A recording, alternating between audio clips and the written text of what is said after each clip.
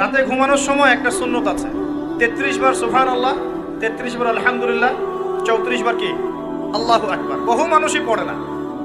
আপনি যদি পড়তে পারেন ইনশাআল্লাহ আল্লাহ পাক আপনাকে দেখে দিবেন।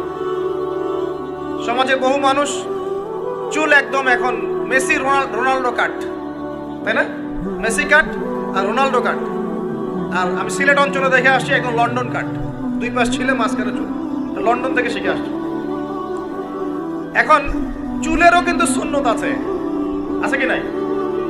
দাড়ির যেমন সুন্নত আছে, চুলের সুন্নত নাই। একদম সামন পিছন সমান করতে পারেন, অথবা যদি চুল নাই থাকে তাহলে চুল মাথা মুন্ডন করেও রাখতে পারেন। অনেক সাহাবী মাথা মুন্ডিত ছিল। আবার অথবা কানের লতি পর্যন্ত বা কাঁধ বাবড়ি রাখতে পারেন। এটা চুলের সুন্নত হলো কিনা? এখন সমাজের সব মানুষ এই সুন্নতটাকে ভুলে গেছে। আপনি সুন্নত মনে করে রেখেছেন, ইনশাল্লাহ আপনি নেকি পাবেন ইনশাল্লাহ।